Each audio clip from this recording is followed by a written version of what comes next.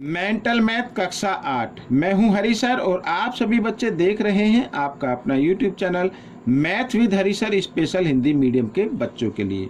आज हम एक नया अध्याय शुरू करने वाले हैं जिसका नाम है चतुर्भुजों को समझना। जी हाँ, अध्याय 3 चतुर्भुजों को समझना। आप सभी बच्चे वीडियो को पूरा देखें, स्किप ना करें और देखकर सीखकर फिर प्रैक्टिस जरूर करें, क्योंकि बिना प्रैक्टिस के मैथ नहीं आएगा। ठीक है ना। आइए करना शुरू करते हैं। तो प्रश्न नंबर 1 क्या कहता है, ये रहा आपके सामने प्रश्न नंबर 1। ठीक है, तो प्रश्न नंबर 1 क्या कहता है, ये देखो। प्रश्न नंबर 1 कहता है बच्चों, इसको करना है। ठीक है, n भुजाओं वाले एक समबाहुभुज का प्रत्येक आंतरिक कोण के बराबर है। आंतरिक कोण, समबाहुभुज का मतलब होता है जिसकी भुजाएं बराबर होती है। ठीक है, चाहे वो त्रिभुज हो, चतुर्भुज हो, पंचभुज हो, षष्ठभुज हो, अगर उसकी भुजाएं बराबर हैं तो वो कहलाएगा समबाहुभुज। तो का प्रत्येक आंतरिक कोण, प्रत्येक आंतरिक कोण। अब बच्चों देखो, n घटा 2, ठीक है, और ये ब्रैकेट में और गुणा 180, इसमें तो आता है आंतरिक कोणों का योगफल।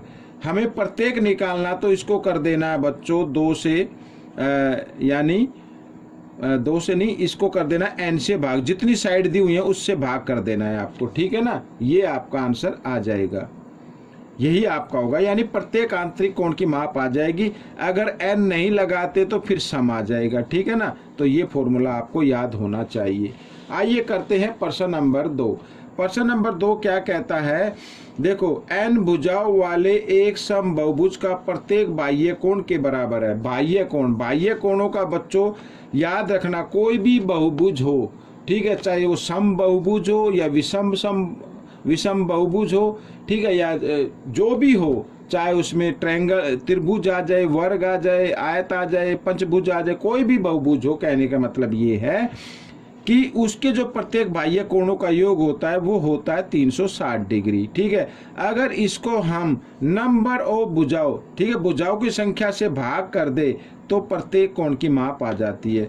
अब इसमें भुजाएं कितनी है, n है तो n से भाग कर दो, अगर भुजाएं 4 है तो 4 से भाग कर दो, 5 है तो 5 से भाग कर दो, इस तरीके से। तो ये प्रश्न नंबर 2 का आंसर हो गया, यानी फॉर्मूला ही है। आगे करते हैं प्रश्न नंबर 3। एक समबाहुभुज में कितनी भुजाएं होंगी। अब पूछा कितनी भुजाएं होंगी, यदि प्रत्येक आंतरिक कोण की माप 108 डिग्री है। ठीक है, तो भुजाओं की संख्या निकालनी है। क्या निकालनी है, भुजाओं की संख्या निकालनी है। तो सबसे आसान तरीका मैं बताता हूं। देखो बच्चों, आंतरिक कोण, ठीक है, आंतरिक कोण और जमा बाह्य कोण, ये बच्चों होता है 180 डिग्री का। कितने का होता है, 180 डिग्री का होता है। ठीक है, कितने का होता है, 180 डिग्री का होता है। अब हमें करना क्या है, हमें तो भुजा की संख्या निकालनी है। हमें क्या निकालनी है, भुजाओं की संख्या निकालनी है। एक तो ये फॉर्मूला आपको याद रखना है, एक तो ये क्या करना है, ये फॉर्मूला आपको याद रखना है। ठीक है ना, भुजाओं की संख्या निकालने की।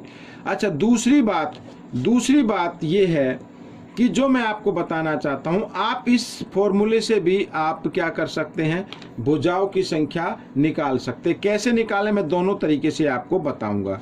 एक तो ये फॉर्मूला भी याद रखना है, इससे भी भुजाओं की संख्या निकाल सकते हैं। ये आंतरिक कोण के बराबर है, ठीक है, प्रत्येक का, और इसमें प्रत्येक आंतरिक कोण दिया हुआ, तो इसी फॉर्मूले पे हम इसको रख लेते हैं।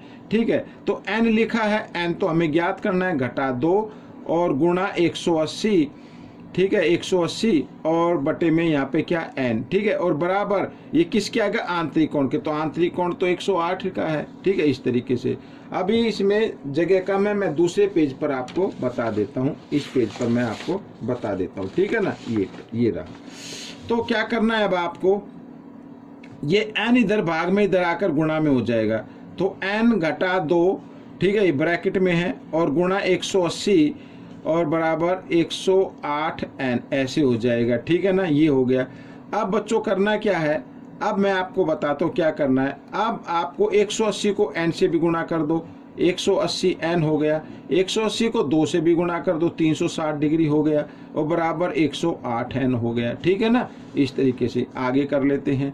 तो 180 n, ठीक है, और ये 108 एन को ले आना है, इस साइड में ले आना है आपको, ठीक है। घटा का हो जाएगा बराबर, एक घटा 360 इधर आकर जमा 360 हो गया, ठीक है। इस तरीके से तो 180 में से हमें क्या करना है, 108 घटाना है, तो कितना आ जाएगा, 72 आ जाए। 72 एन बराबर 360, ठीक है। और एन का मान निकालना, तो 360 और 72 इधर गुणा में, इधर आकर ये भाग में आ गया। 72 पंजे होता है बच्चों 360, ठीक है। तो एन भुजाओं की संख्या कितनी आ गई, 5 आ गई। भुजाओं की संख्या कितनी आ गई, 5। यहाँ पर मैं लिख देता हूं, भुजाओं की संख्या कितनी है, 5 है, ठीक है। इस तरीके से ये हो गया। अब आप दूसरे तरीके से जो मैं बता रहा था उससे भी निकाल सकते हैं। जैसे मैंने बताया ना, आंतरिक कोण और बाह्य कोण का योग कितना होता है, और 180 डिग्री होता है, ठीक है। समझ में आ गया। अब आंतरिक कोण दिया हुआ है, तो आंतरिक कोण की जगह आंतरिक कोण लिख लीजिए, जमा बाह्य कोण। बाह्य कोण इससे पता लग जाएगा, ठीक है। बराबर कितना, 180 है। 108 इधर जमा, इधर आकर घटा का हो जाएगा, तो बाह्य कोण की माप आ जाएगी, ये आ गई। 180 घटा 108, तो कितना आ गया, 72 आ गया, ठीक है। अब 72 डिग्री का कोण आ गया। अब हमें भुजाओं की संख्या निकालनी है, भुजाओं की संख्या निकालनी है, ठीक है। भुजाओं की संख्या निकालनी है, तो ये मैंने आपको बताया था, दूसरा जो फॉर्मूला है 360 डिग्री बटे एन, तो यही इसमें लगाना है, 360 डिग्री। अब एन का मतलब एन भी लगा सकते हैं अगर एन दिया हो, या फिर इसमें आप क्या करें, एक कोण, प्रत्येक कोण की माप लगा ले। प्रत्येक कोण की माप कितनी है बच्चों, 72 है। तो इसको हम 72 से इसको भाग करेंगे तो 5 आ जाएगा, तो भुजाओं की संख्या 5 आ गई बच्चों। तो इस तरीके से कर सकते हो या इस तरीके से कर सकते हो, दोनों तरीके मैंने आपको बता दिए हैं, ठीक है। आइए करते हैं प्रश्न नंबर 4। ये रहा आपके सामने। प्रश्न नंबर 4 क्या कहता है, देखो, यदि एक बहुभुज में सभी अंतःकोणों का योग 1080 है, तो बहुभुज में कितनी भुजाएं होंगी। सभी अंतःकोणों का योग दिया हुआ है भाई यहाँ पर, तो हमें बताना भुजाएं कितनी होंगी। बिल्कुल पहले वाला फॉर्मूला आप लगा लें, ये वाला फॉर्मूला लगा लें, ठीक है। भाई अंतःकोणों का योग दिया ना, अंतःकोणों के योग का फॉर्मूला होता क्या है, मैं आपको बताता हूँ। n घटा 2 और गुणा 180, ये होता है, ये होता है अंतःकोणों का योग। लेकिन दिया हुआ कितना है, 1080, ठीक है। n से मत करना इसको भाग, n से भाग करोगे तो एक कोण की माप आ जाएगी।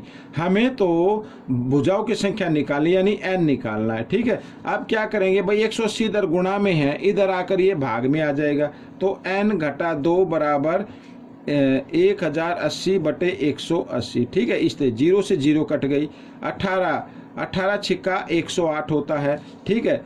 अब क्या करना है, n बराबर 6 आ गया, घटा 2 है, इसको इधर लेके आएंगे बराबर के साथ इधर, ठीक है ना, दाईं तरफ लेके आएंगे तो जमा 2 हो जाएगा, तो n बराबर कितना हो जाएगा, 6 और 2 8 हो जाएगा। यानी भुजाओं की संख्या कितनी आ गई, 8 आ गई। उसमें बहुभुज में 8 भुजाएं हैं।